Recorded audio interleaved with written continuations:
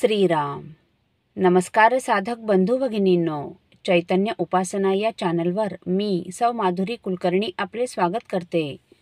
या चॅनलद्वारे सध्या आपण सोमवार ते शनिवार समर्थ रामदास स्वामी यांचे सत्शिष्य कल्याण स्वामी यांच्या आध्यात्मिक रूपांतरणासंबंधित कल्याणा छाटी उडाली या समर्थव्रती परमपूज्य श्री सुनील चिंचोलकर लिखित चरित्रात्मक कादंबरीचा आस्वाद घेत आहोत. तसेच रविवारी श्री महाराजांच्या काही भक्तांचे अनुभव ऐकत आहोत. श्री महाराजांना त्रिवार वंदन करून मी आज आपणास श्रींचे एक अनुग्रहित भक्त श्री अमित जगताप, मुक्काम पोस्ट भरतगाव वाडी, जिल्हा सातारा यांना श्रींचा आलेला अनुभव त्यांच्याच शब्दात कथन करणार आहे. अमित दादा सांगतात, श्रीराम. दिनांक 26 मे 2025 रोजी सकाळी साधारण 10 वाजता कामानिमित्त मी आणि एक स्नेही साताऱ्याला जायला निघण्यासाठी पुणे बेंगलोर राष्ट्रीय महामार्गावर उभे होतो. त्या दरम्यान रिमझिम पाऊस चालू होता. कितीतरी वेळ झाला तरी एसटी आली नाही.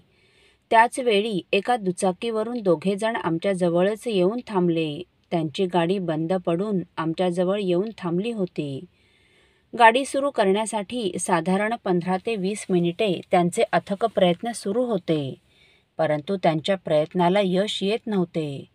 भर पावसातील त्यांच्या त्या असहाय्य परिस्थितीचे मला वाईट वाटले.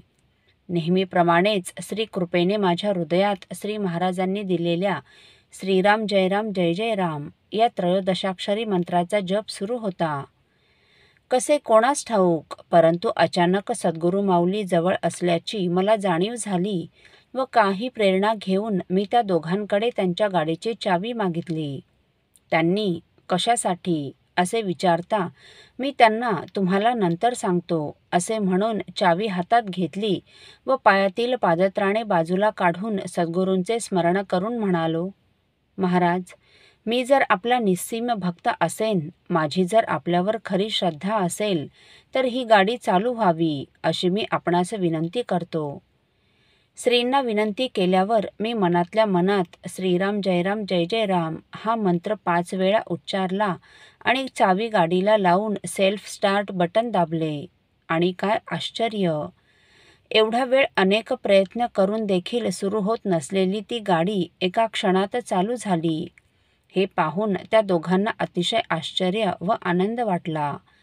त्यांनी मला या संदर्भात विचारले असता मी सद्गुरू श्री ब्रह्मचैतन्य गोंदवलेकर महाराजांचा भक्त असून नित्यनेम म्हणून रोज काही हजार जप करण्याचा प्रयत्न करतो असे त्यांना सांगितले. तसेच त्यांना ही नामाची प्रचिती व ताकद असून सद्गुरूंच्या अस्तित्वाची खूण आहे असे सांगून श्री महाराजांच्या भक्तवत्सलतेची व त्यांच्या दिव्य लीलांची थोडी माहिती देखील दिली. खरंच श्री महाराज काही म्हणजे काहीही करू शकतात.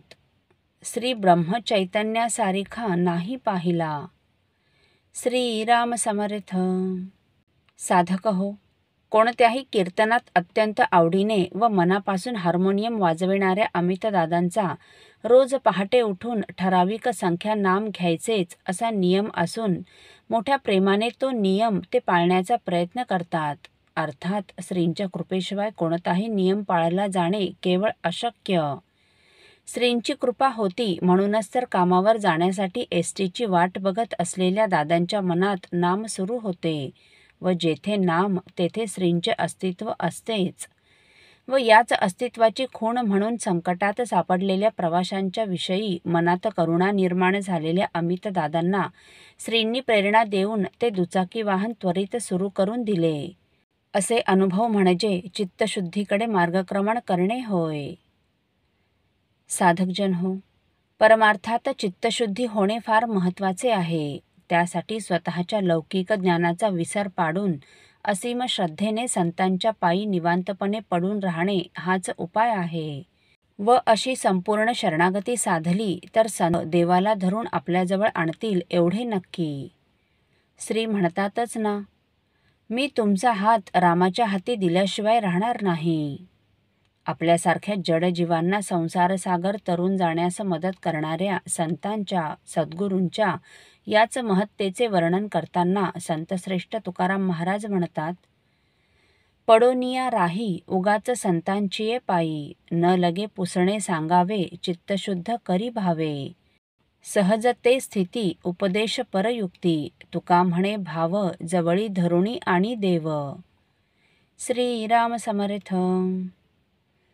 साधक हो, आपल्यापैकी कोणा श्रींच्या भक्तांना श्रींचे असेच काही अनुभव आले असतील तर इतर साधकांचे श्री महाराजांवरील व त्यांचा प्राण असलेल्या नामावरील प्रेम वृद्धिंगत व्हावेत या पवित्र हेतूने आपण मला ते 9422843253 अथवा सुनील दादांच्या 9892608401 या व्हॉट्सअप नंबरवर कळवावेत अशी नम्र विनंती. श्रीराम समर्थ.